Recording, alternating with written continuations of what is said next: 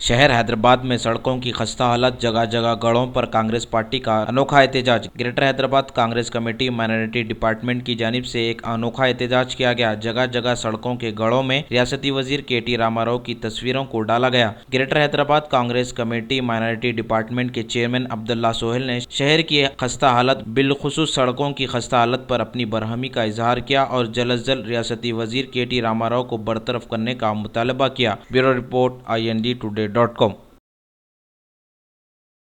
JHMC election से पहले KTR साहब ने वादा किया था कि 100 दिन के अंदर शहर में एक गड़ा भी नहीं रहेगा।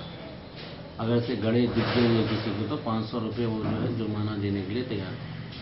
अब आपको हम लेके बताए हैं कि शहर में कितने गड़े। हमने सिर्फ 2-3 रोड ही कवर किए जहाँ पर गड़े गड़े हैं। अभी हमारे निज़ाम में जो स्पोक पर्सन है उन्होंने बताया कि भाई गच्चीवाली के पास एक शख्स, हाईटेक सिटी के पास एक शख्स गड़े से बचने के लिए गाड़ी हटाया, गिर गया, उस पर से गाड़ी चले गया और मर गया।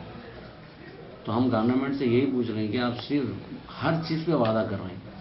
12% वादा, हाउसिंग स्कीम वादा, जॉब सिलाएंगे वादा, JHMC के इलेक्शन के टाइम पे गड़े नहीं रहेंगे, साफ सुथरे रोड आ देंगे, सिंगापुर टाइप के रोड बताएंगे, सब वादा।